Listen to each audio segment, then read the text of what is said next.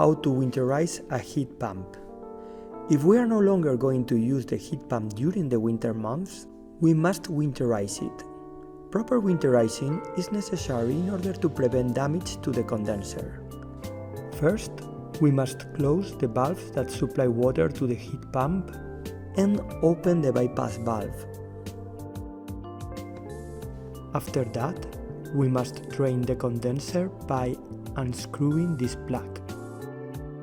This way, we are avoiding the risk of freezing.